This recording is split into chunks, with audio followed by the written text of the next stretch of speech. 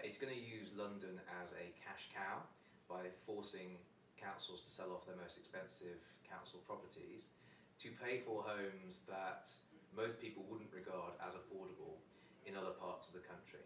So the government are introducing these starter homes, which will in London cost up to £450,000, which is, I think most people would agree, is not genuinely affordable. London is a special case. There is no doubt in other parts of the country there are ways in which affordability can be addressed.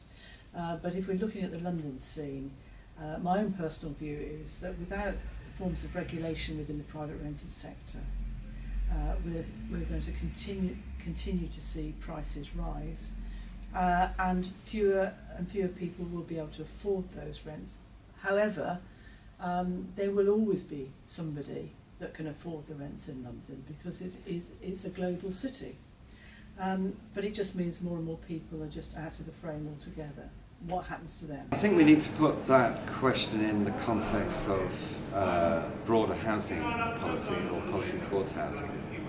You have to remember that we've effectively abolished rent controls in the private rented sector for the past 2 decades. This means that rents have been allowed to grow along with market forces, if you like. And certainly in London, I think this has driven a process whereby rents in the private rented sector have become unaffordable to a large number of people. The mistakes that were made in the past, in the 1960s, where people built tall towers that had all sorts of problems. Young families got marooned at the top and the lifts broke down, and then there was a lot of space around. It was the kind of Le Corbusier model that you had a tall tower and you had a little space around it. That didn't actually create enough housing.